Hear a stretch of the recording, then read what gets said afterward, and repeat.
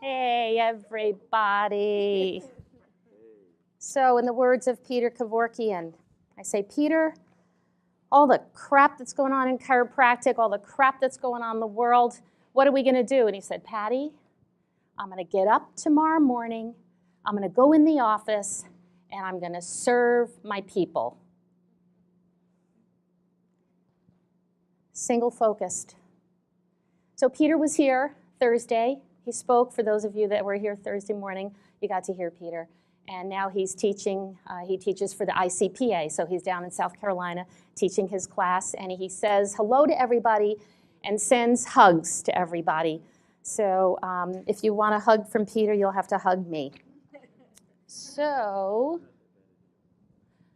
I was going to sit on this chair, but I have to keep moving. So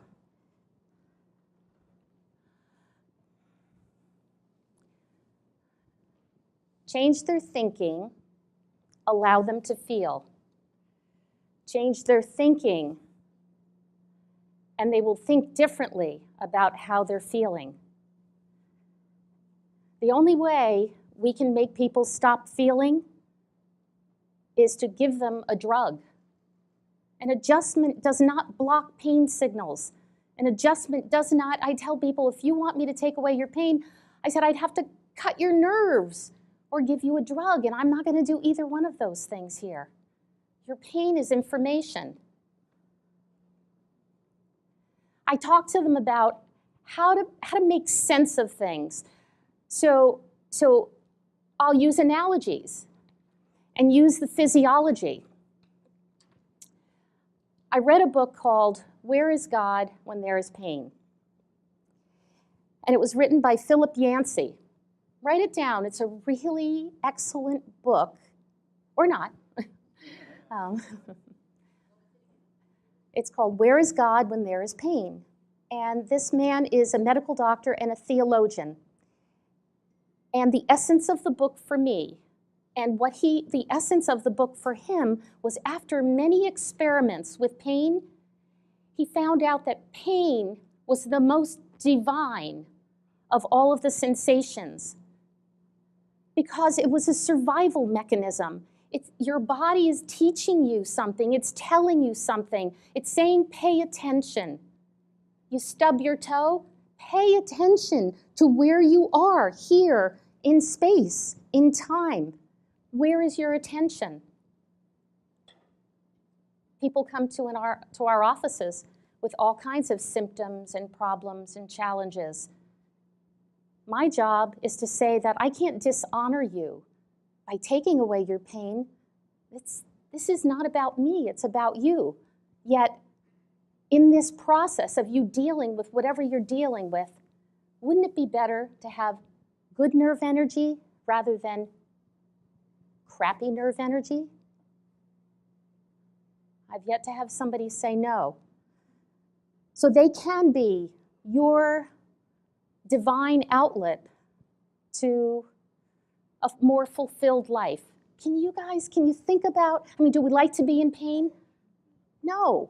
Yet if you think about situations where you've had either emotional pain, physical pain, whatever it may be, and there are a lot of people in our profession right now in pain.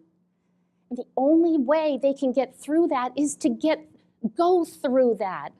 It's to go through that, and then you come out on the other side stronger, more aware, more responsible, I would hope, if we learn from it. I know I'm one of those people, it takes me like 10, 20 times doing the same friggin' thing, and I finally go, oh, I get it. And I'll say, Peter, why didn't you clue me in? He said, you had to figure it out for yourself, Patti. It's like with our kids. Christopher's standing on the top of the step, and it's like, I know he's going to take that step, and he's going to come flying. Yet, he never, ever did that again. Not that I could actually have run up there and caught him in time.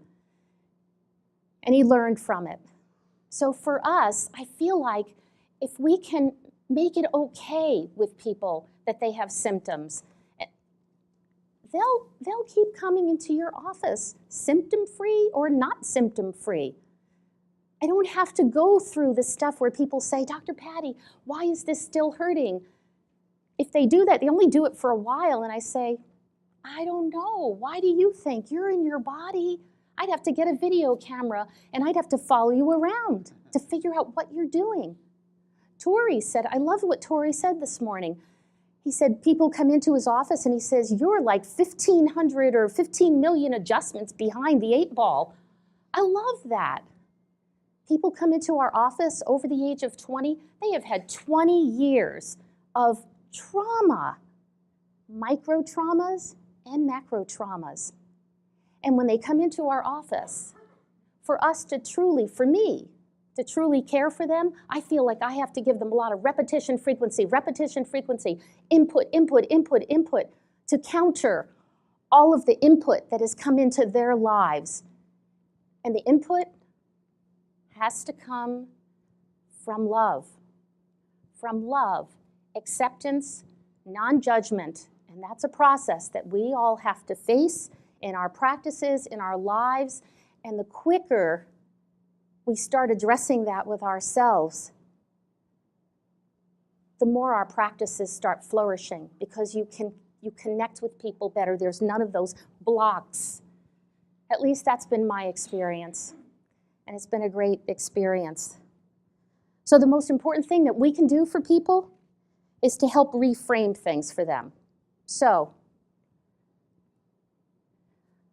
Jane comes in. Dr. Patti, I have high blood pressure, and they want to put me on high blood pressure medication. Okay, why do you think you have high blood pressure? Well, I don't know.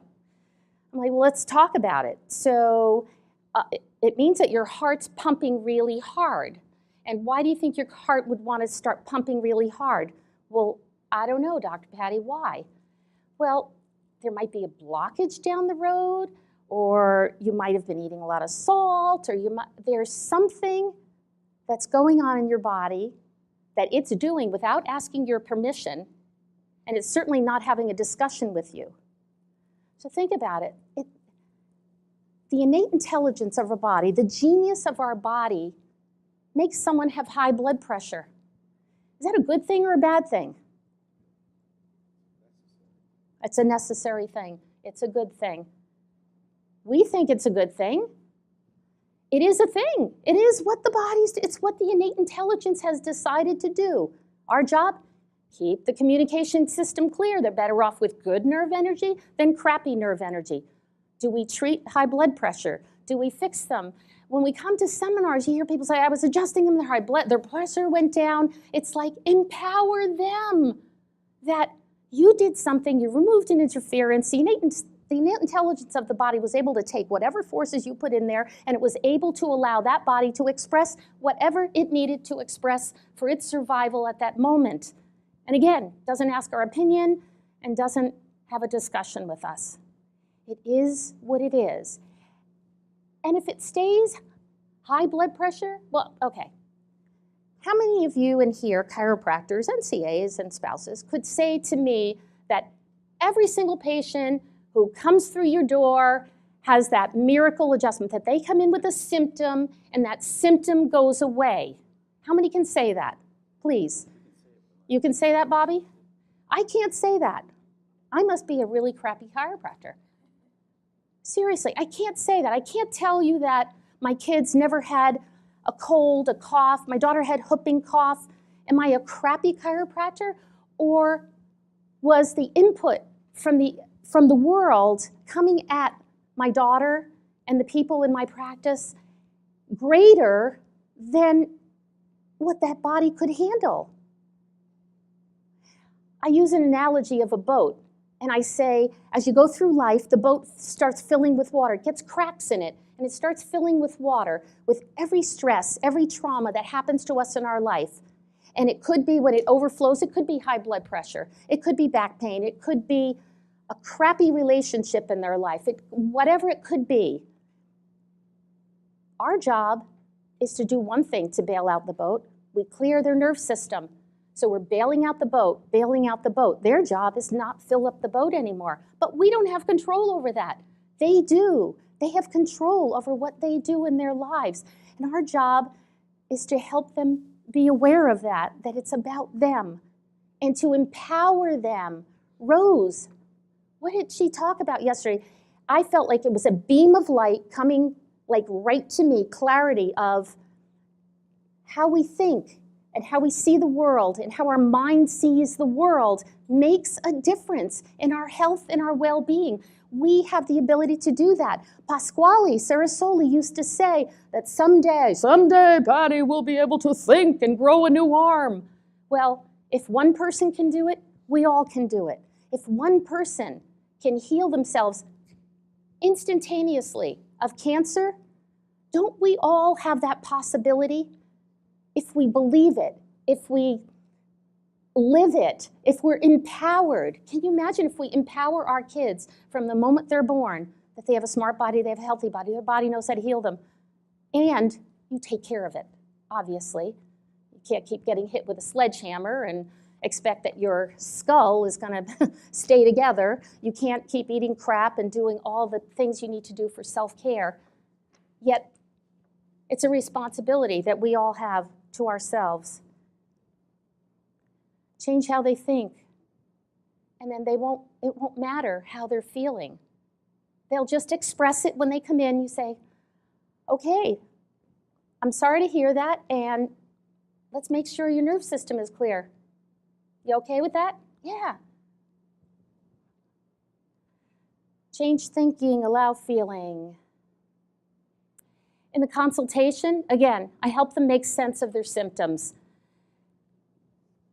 I go through this, I get the spine, and I say, you know what, if I could, let's say, if one of these areas of your spine is subluxated, and I've already explained to them what a subluxation is. It's pressure into the spinal cord that's affecting flow going up, coming down. If I could find the area of your spine that would completely eliminate all the symptoms that you have in your life, would you want that? And they're like, yeah. I'm like, okay. I said, so let's say I do the exam and I can tell you that. I said, which I can't. But I say, what if we have 3 other areas in your spine that are showing nerve pressure? Would you want me to leave that alone? And they say, no. And then the question is, well, why?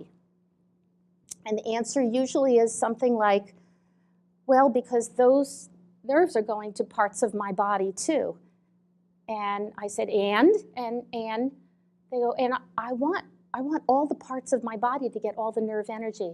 And I say, thank you. You now know more than most medical doctors about how this system works. And I said, I want to share with you that is the key. That is the key to what we do in this office. I can't treat you. I can't fix you. Your body has within it an ability to be able to work through whatever stresses you put it under. If you take care of it, and we can keep your nerve system clear so you have good nerve energy and not crappy nerve energy to allow your body to work as best as it can. And saying this to people on a first visit and a second visit and all the visits after that, for 34 years, I've been doing that. To have 200 people, and I know I've shared this with you before, we have 200 people in our practice that have been coming in for over 20 years, at least once a week. They have platinum cards, we call them, the platinum card people. Over 200. And they pay, thank you. And I wish that for everyone. Yet it doesn't come from telling them that, oh, your headache went away. Oh, isn't chiropractic great? No, it's like, thank you, Bill. It's like, your body needs to do what it needs to do. And we just keep it clear. Just keep it clear of subluxations, and it will do the best. And we have people come in and say, Dr. Patti, before you started adjusting me, I used to be able to abuse my body. Now my body tells me when I'm abusing it. I'm like, is that a bad thing? So, in your exam, the body never does anything wrong. I don't tell them that their body's doing something wrong. I say, isn't that amazing how your body's adapted and your shoulders like this and that's like that? That's the wisdom and the genius of your body, taking whatever stresses that you've put into it, however you've used your body. Some muscles are shorter than others. You're never going to be perfectly symmetrical. And isn't it great? Just like a young tree that grows. And in the report of findings, it's your history, not your destiny. This is your history, not your destiny. And as in with the Darren story that I've told before, Darren's 16 years old, phase 3, cervical spine, phase 3. 6 months later, his mother's like, he's doing better in school. And, she brings in the other kids. And I take another x-ray. You're not allowed to answer because you know the answer. What did I find after 6 months? Still a phase 3. Still a phase 3. So for those of you who are going, you must be real crappy chiropractor. It's not about the bones. It's not about the bones. It's about the nerves, and you can't see what's happening in there on an x-ray. You can't see what the soft tissue is doing. Your adjustments make a difference. You're adjusting through the soft tissue, muscles, ligaments, they're all getting affected. And Darren, remember that story because it's not about the bones.